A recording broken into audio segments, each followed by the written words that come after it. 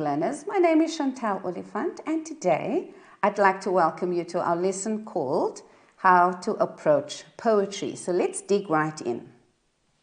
Remember, this falls under reading and viewing, and we are going to particularly look at language features, and then we're going to look at comprehension strategies. But now remember, we are not looking at strategies for paper 1. We are looking at literature strategies. Remember, we're going to be working with literary text. Okay. So, when we dig into today's lesson, what are we going to be looking out for? We are going to be doing elements of poetry. Then we're going to look at steps in analyzing poetry as well as responding to questions. All right. Now, by the end of this lesson, what will you be able to do? What will you be able to address? So you will be able to gain knowledge about the elements of poetry. You'll also examine the significance of figures of speech. All right. Now remember, parts of speech and figures of speech is not the same thing. Remember, parts of speech are those building blocks in our grammar. However, figures of speech is those colorful expressions of language like your simile, your metaphor, your alliteration, your assonance, right? So by the end of this lesson, what will you be able to do? What skills will you have? You would have gained knowledge about the elements of poetry.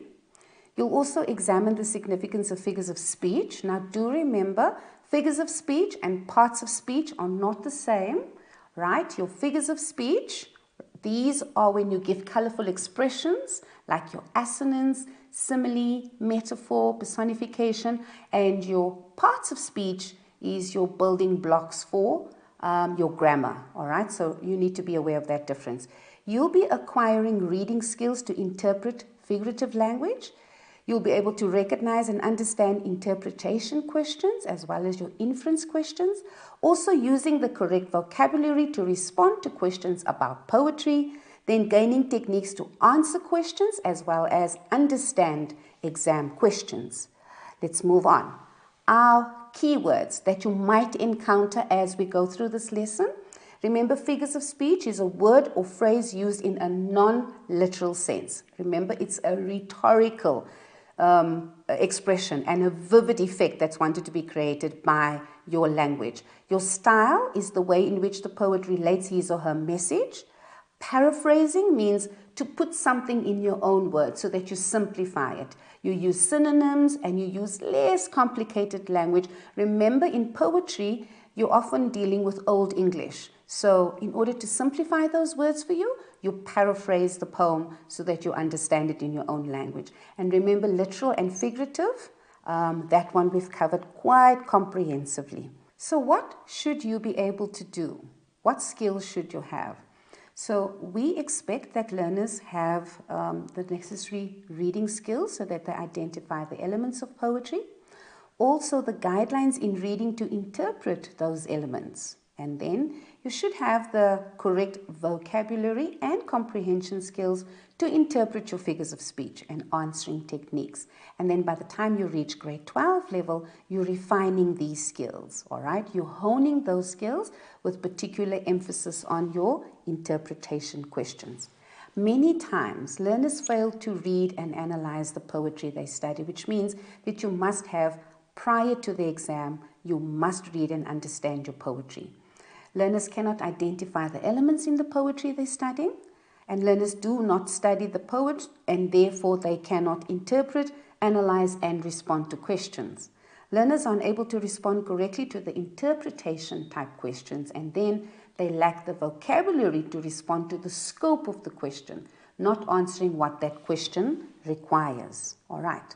Let's move on to the exam competencies that you might need.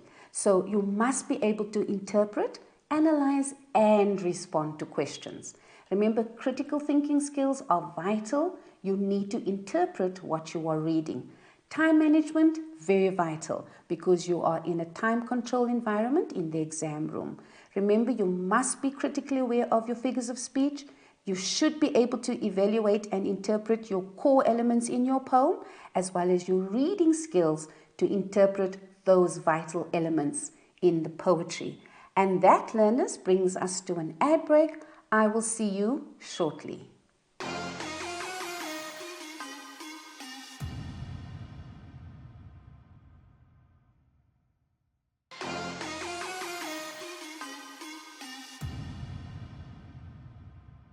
Learners, welcome back from the ad break. We will now dig into our comprehension strategies for literature.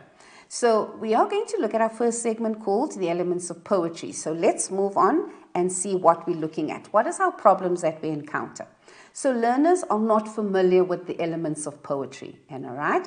So when you cannot identify the elements of poetry, it's very difficult to respond to questions. So let's look at the different elements of poetry, right?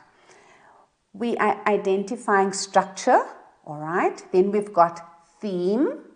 We also have a speaker, all right? Now, I'm going to show you later that the reason why we chose speaker here is because sometimes the voice in the poem is not necessarily that of the poet.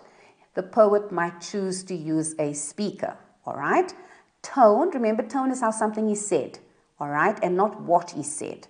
Then rhyme, mood, figures of speech, as well as your title. Now, can I quickly stop here and look at number 4 and number 6, which is tone and mood, all right? So many times you'll see tone and mood coupled together like bacon and eggs, right?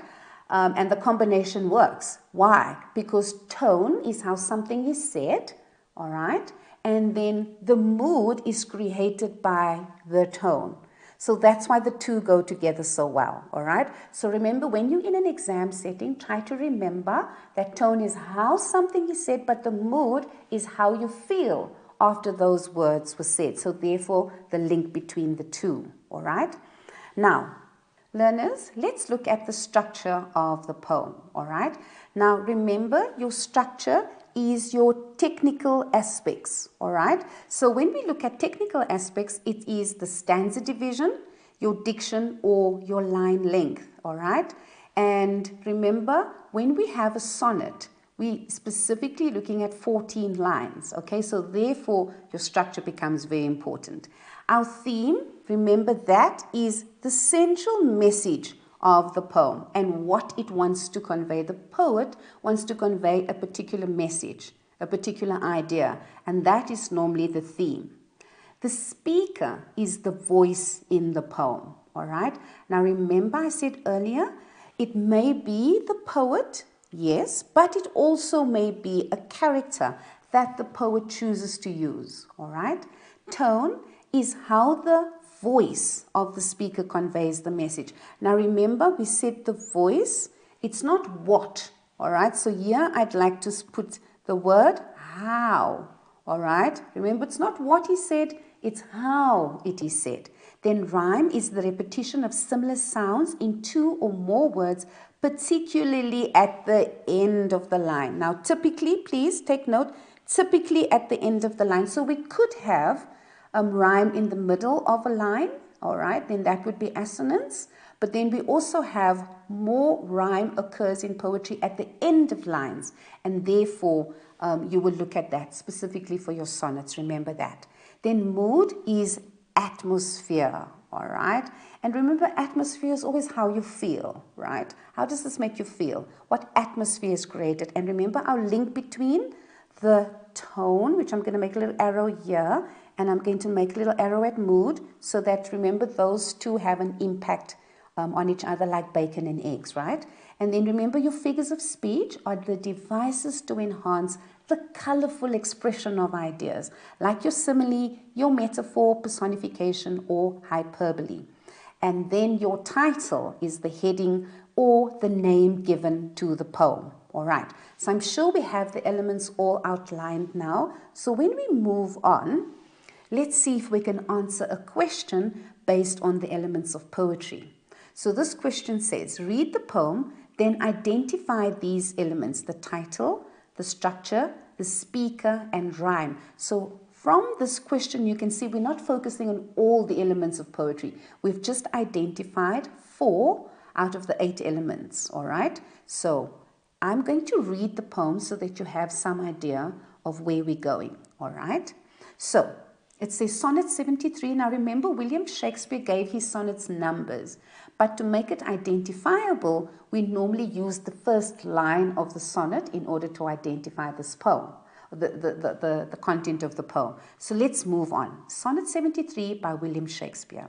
That time of year thou mayest in me behold, when yellow leaves, or none, or few, do hang upon those boughs which shake against the cold. Bare ruined choirs where late the sweet birds sang. In me thou seest the twilight of such day, as oft sunset fadeth in the west, which by and by black night doth take away. Death's second self, that seals up all in rest. In me thou seest the glowing of such fire, that on the ashes of his youth doth lie, as the deathbed whereon it must expire, consumed with that which it was nourished by. This thou perceivest, which makes thy love more strong, to love that well which thou must leave ere long. So I'm sure you're saying, what is happening here? So therefore, our hint is to paraphrase. So you break it down in your own words so that you understand what's happening. Let's move on and see if we can answer our question. All right. So in the title, we see Sonnet 73. And remember, we're using the first line so that the sonnet becomes identifiable. That time of year thou mayest in me behold. So the title is saying it's a particular or a specific time. Something can be noticed about the speaker at that point in time. So already the title is giving us some hint of a change or something significant that is happening. There are 14 lines. Remember, in our structure, this is a sonnet. All right? So there are 14 lines. It is divided into 3 quatrains, which means there are 4 lines. Remember, when you're cutting an apple in quarters, there are 4 parts. All right? So quatrain means there are 4 lines. But in this sonnet, there are 3 parts of those 4-line verses. So let's see what we have next. It is followed by a rhyming couplet. So listen to the word couplet. Couple means 2. So the couplet has 2 lines, all right? And that closes off your poem, or the sonnet in this case. So remember, in our Elizabethan sonnet or the Shakespearean sonnet, your couplet normally rhymes, all right? We know for the Petrarchan sonnet, the couplet won't rhyme, all right? So each quatrain deals with a different aspect of aging. The couplet implies the awareness of the speaker's impending death, and that should strengthen the young man's love, all right? Let's move on. The speaker in this case is an older person, and he's reflecting on aging and mortality. So aging is getting older, and mortality means that we don't stay young. All right, with every passing moment in our lives, there's aging and our mortality gets questioned. So the older speaker's voice gives a sense of urgency, of depth, and emotional resonance, because this poem or sonnet is written so that we, as the reader, we question, all right, why am I aging? Why am I getting older? And we learn to deal with it, all right? So therefore, it resonates with a wide reader audience. And this makes the poem a powerful meditation on life, love, and mortality.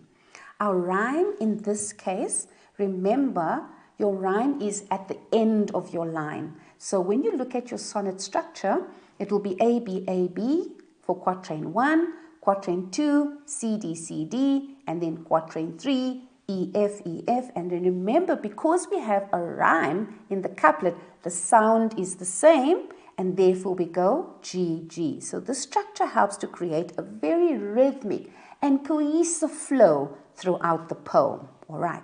So let's just look at our next segment, which is the steps in analyzing poetry. All right. Learners, that takes us to a short break. I will see you just after the break.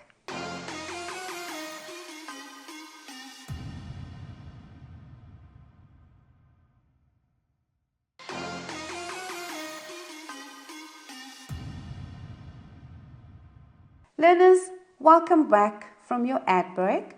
We will now be going into the last segment of our comprehension strategies for literature. And in this little segment, we're going to look at how to respond to questions, all right? So remember, the problem that we do encounter is that learners cannot recognize and understand the interpretation style questions because it's based on the context or the text given to you in the poem.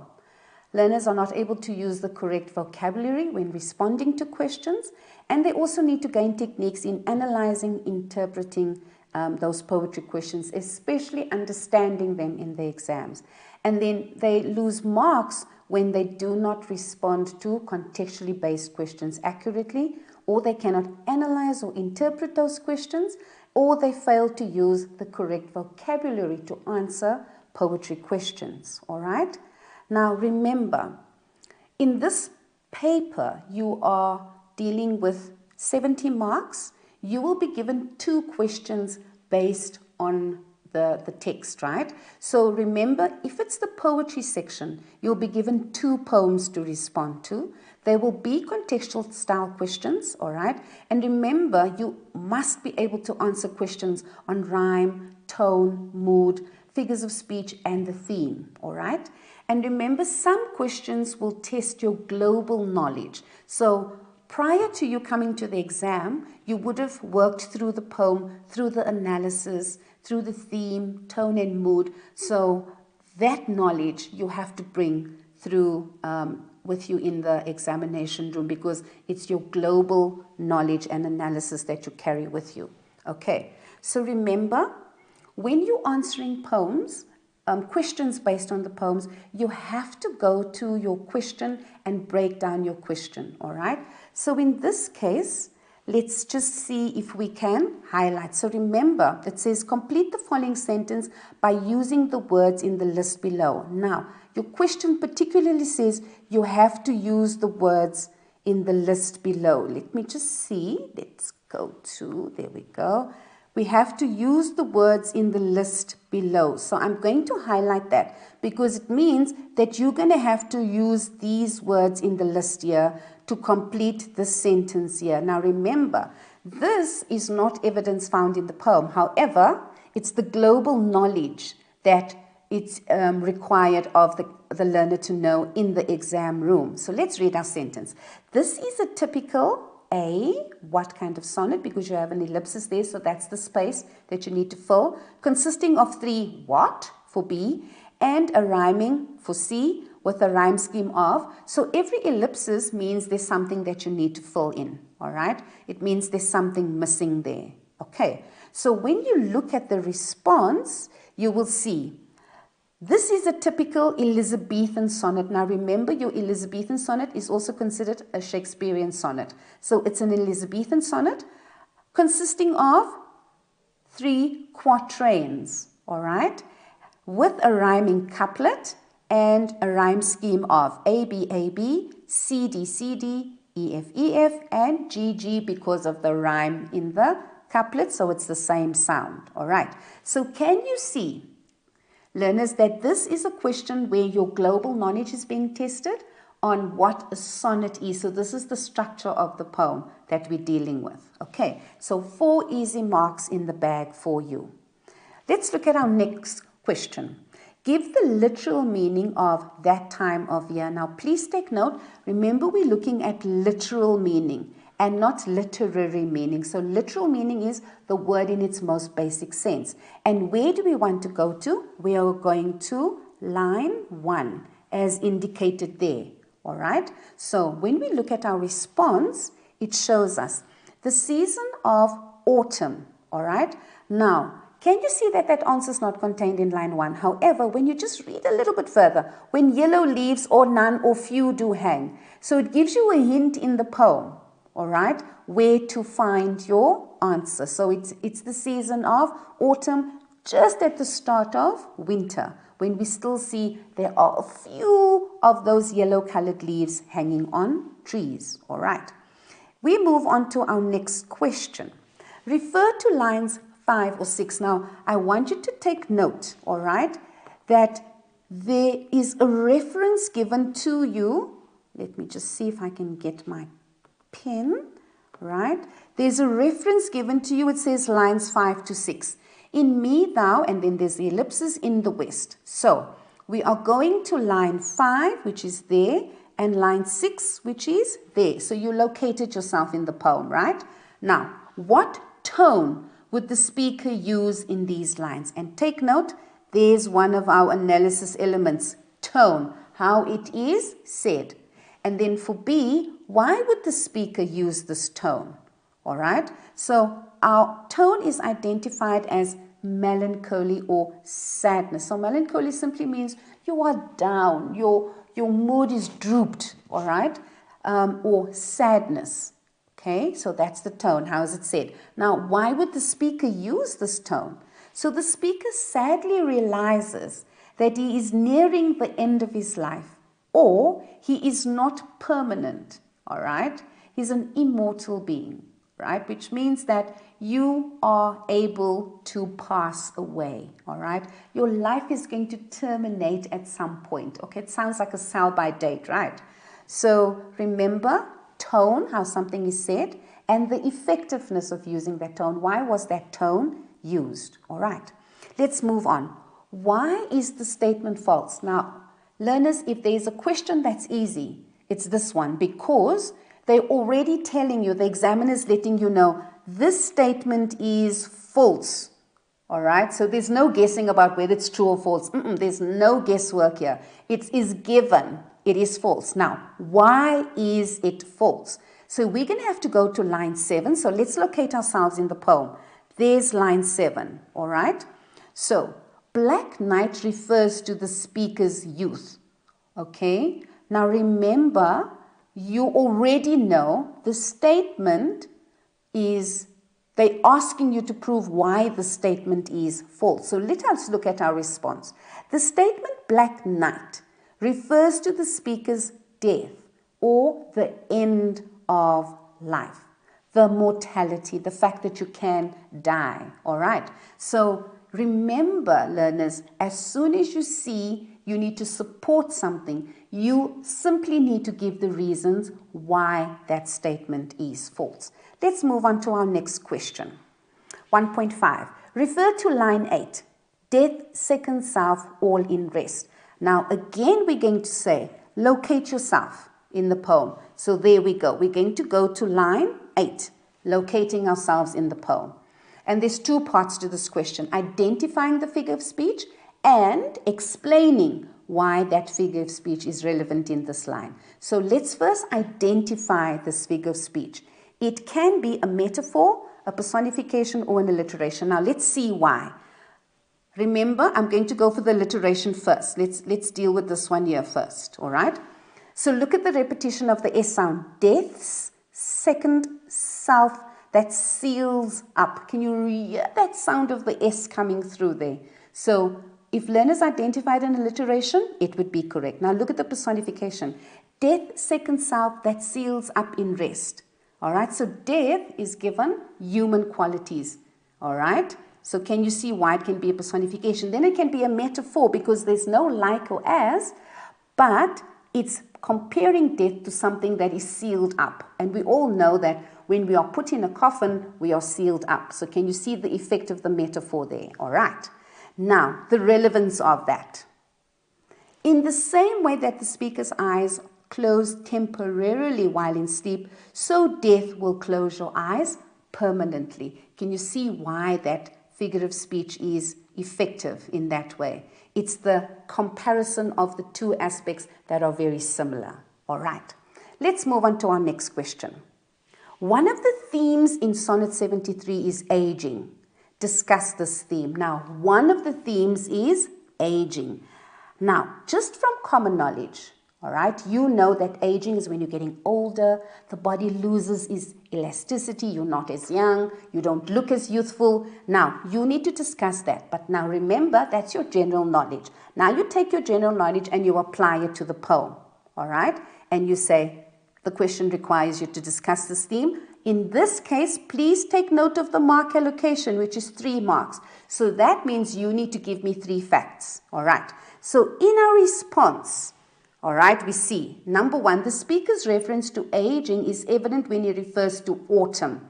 So the leaves are falling off the trees, all right? So that means our youth is not as it was when we were 16, all right? But as you hit middle age, you see the changing, okay? He is no longer youthful. So that is to spring. Just like the trees that are losing their leaves in autumn. So in spring, we see the blossoms. But in autumn, those leaves start falling, which means we are now going into middle age. His reference to the end of day or twilight of such day reinforces the realization that he is aging, which means he's no longer young. And he realizes that he's now going into a different phase of his life, all right? The poetry of earth is never dead. When all the birds are faint with the hot sun and hide in cooling trees, a voice will run from hedge to hedge about the new mown mead. That is the grasshopper's. He takes the lead in summer luxury. He has never done with his delights. For when tired out with fun, he rests at ease beneath some pleasant weed. The poetry of earth is ceasing never. On a lone winter evening, when the frost has wrought a silence, from the stove there shrills the cricket's song, in warmth increasing ever, and seems to one in drowsiness half lost, the grasshoppers among some grassy hills. So that is your poem that was read to you. I hope you enjoyed that rendition. So let's dig into our questions, all right? Now, choose a description from column A to match a word in column B. So you are given this in your examination question paper. So they'll give you a column A and a column B. Now, I want you to see, remember, whenever you're answering a question, you try to break down that question so that you understand what you need to respond to. That's one of the techniques that we have to deal with, responding to exam questions. So in this case, all right, it says we need to choose, all right? Let me just see if I can get my pen to highlight that. Right, there we go. Choose a description, which means there's a description in B that you have to match up. So let's see, our words are wrought, all right? And if you go to line 11, you'll see it's been circled for you. Then we're going to have mead, and it's been circled for you in line 4.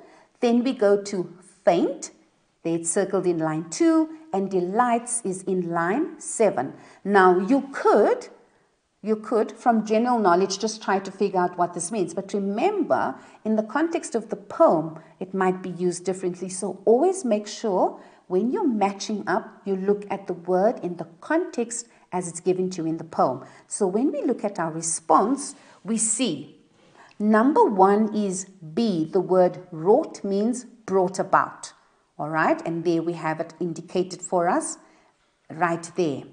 The word mead is a meadow, all right, and then 3A, faint means feeling weak. There we have it identified there. And number 4C, delights in this case means pleasure or joy. So 4 easy marks that you can pick up, all right, just by matching the word from the poem, all right, to the column meaning that they've given to you. Let's move on. Refer to line 3. So remember, it gives you a reference. So there's line 3 and locate it in the poem so that you know exactly. Now remember, you can scribble on your exam question paper so that you start making it a working document. So it has 2 parts to this question. It says, firstly, identify the figure of speech. And there we have it again, one of our elements when we analyze poetry, figures of speech. All right. Then explain why this figure of speech is relevant in this poem. All right. So remember, great learners, you're always going to have to identify and then say why it's relevant. So when you start preparing for your exams, those are the kinds of questions you look at. Okay. So in our response, it shows us that A is a personification. All right. Now remember, personification, it's when it's given human qualities. And now, tell me why this is effective, all right? And hiding in the cooling trees, a voice will run, but we know it's the voice of the bird, all right? Of the grasshopper, I am so sorry, the voice of the grasshopper. And what is happening? It is just like the sound of a person's voice that can travel, so does the sound made by the grasshopper. So the grasshopper's voice is given the qualities of a human voice that travels on the waves as we speak, okay? So remember, because we have this aspect is compared to that, this question will be 2 marks. All right. Can we move on to our next question? 1.3. Refer to lines 4 to 5 from Hedge 2 and then takes the lead. Identify the tone the speaker would use in these lines and why would the speaker use this tone. Now, let's locate ourselves in the poem. It says lines 4 to 5 and there we go. We have 2 lines that we have to consider now. All right. Now, remember, we're identifying tone, how something is said. All right. And then once we've identified that tone, we must say why. So we need to give reasons. We need to support why this tone was used. And in our response, it says it's a praising or a complimentary tone, which means I am praising you. I'm giving you a compliment. All right. From hedge to hedge about the new mown mead, that's the grasshoppers. He takes the lead. So it's complimenting, it's praising what the grasshopper is doing. Now let's see why is it effective. The grasshopper is part of summer's energy. He leads the activity by hopping around the hedges and the freshly mown lawn. So this grasshopper it's hopping around and the energy is evident about him, all right? And therefore it's given a complimentary tone. Again, can you see that you have 2 aspects that you had to deal with? We are making the mark for B, and therefore the question is allocated 2 marks. All right. Let's move on to our next question, which is 1.4. Refer to the octave. Now remember, this one implies that you know your structure of your poem. So can you see how vital your structure is? All right. So it says refer to the octave. So you know that your octave is your first 8 lines of your poem. So identify the time of year the speaker is referring to. So we've got an identifier, which means you simply have to list. And then you need to quote evidence from the poem. Now remember, when they're asking you to quote, please learners, remember to use your inverted commas, because remember you have to use the words from the poem. They're not yours.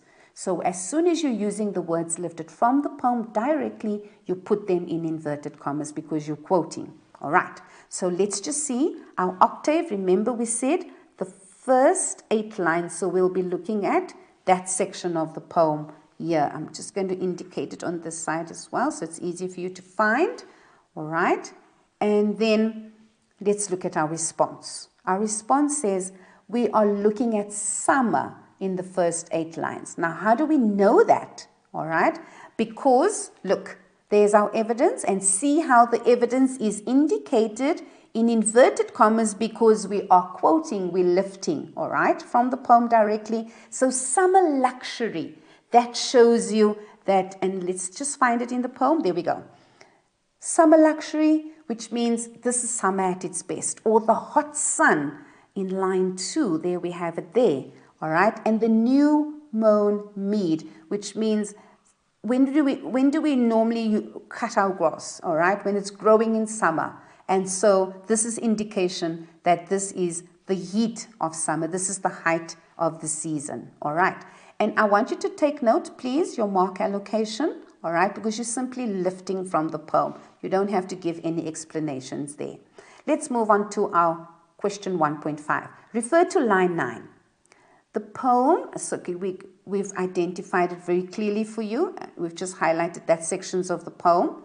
And it says, explain what the speaker means in this line. So remember, explain is where you're going to give some breaking down of explanation why this is existing.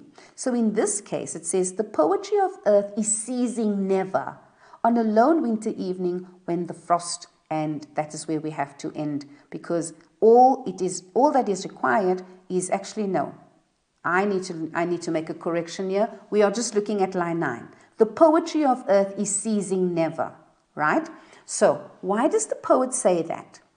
In our solution, we find that earth is constantly in a cycle of seasons. All right. Now remember, our seasons progresses: winter, summer, autumn, spring. All right. And the song that it brings. So each season comes with a song, which is very different. All right. And we know that from how the seasons are are reflected.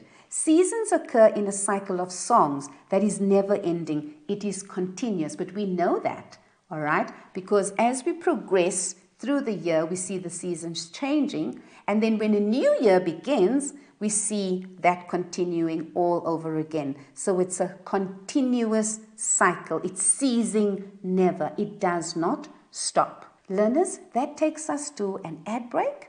I will see you shortly.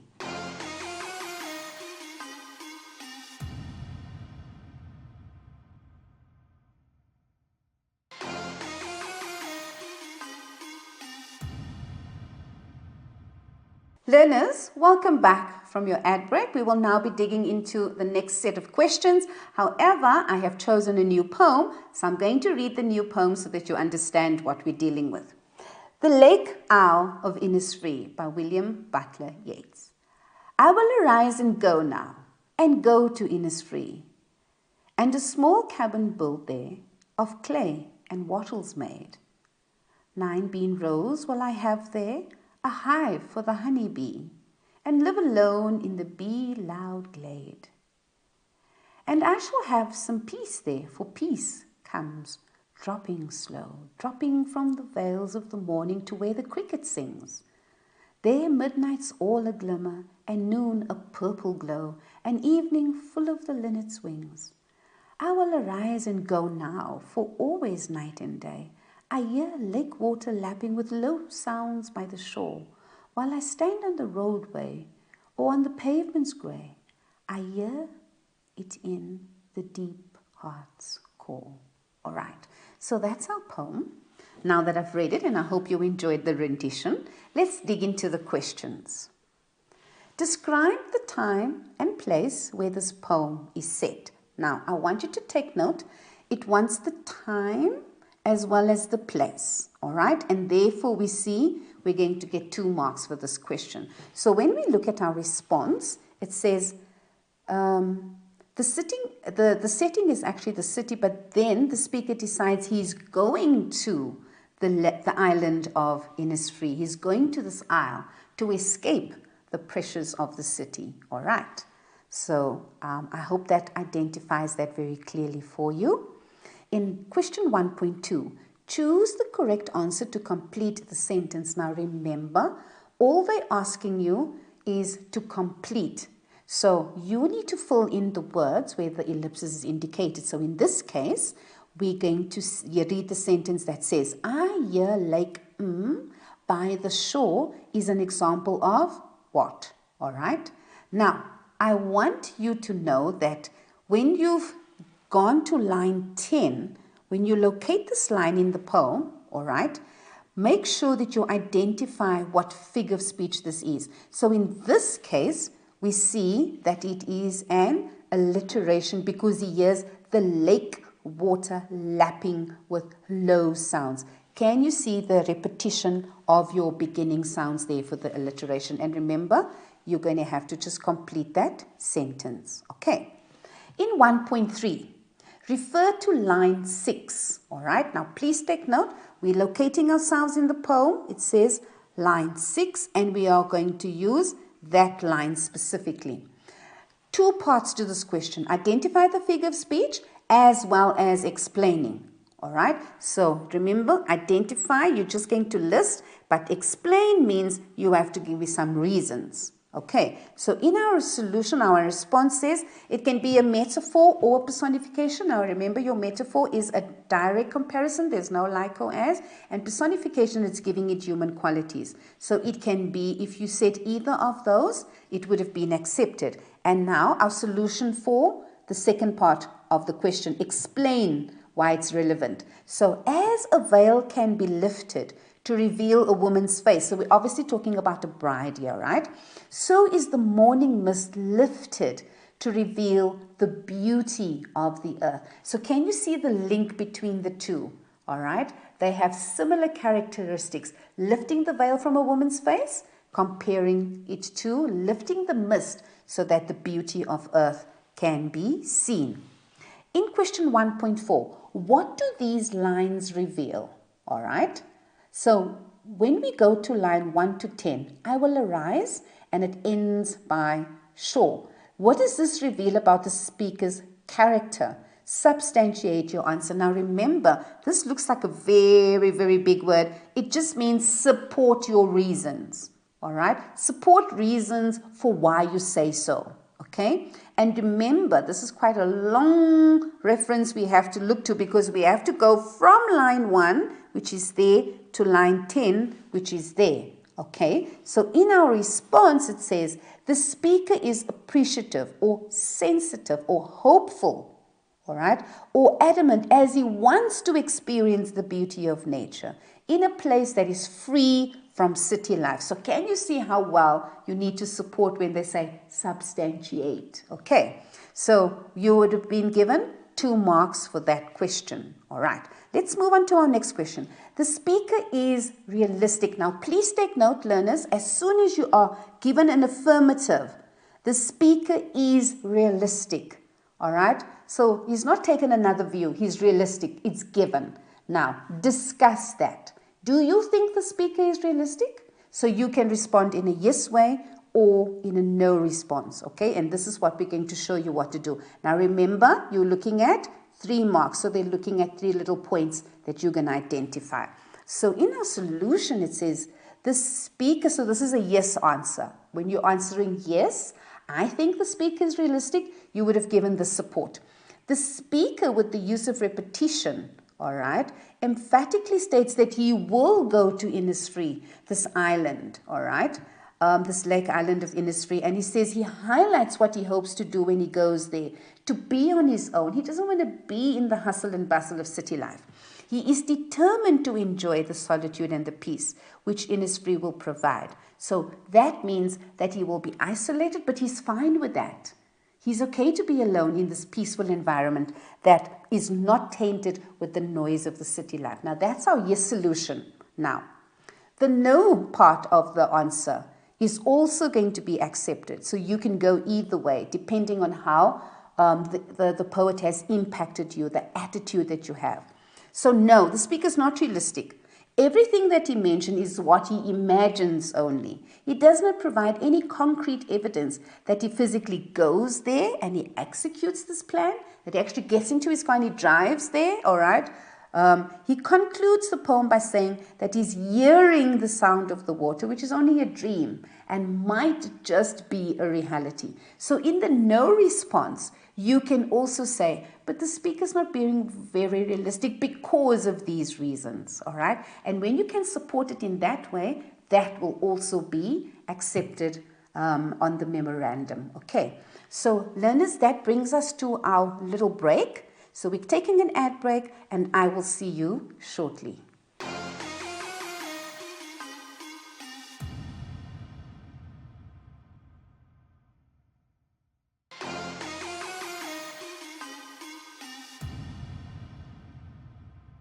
Learners, welcome back from your ad break.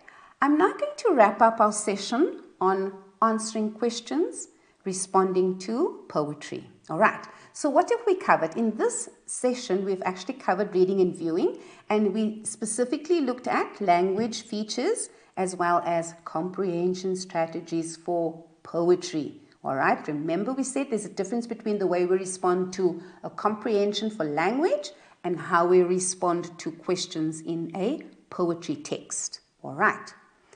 Now, what have we covered? We have covered comprehension strategies for literature, and we looked at the elements of poetry, all right? We also looked at steps in analyzing as well as responding to questions based on poetry.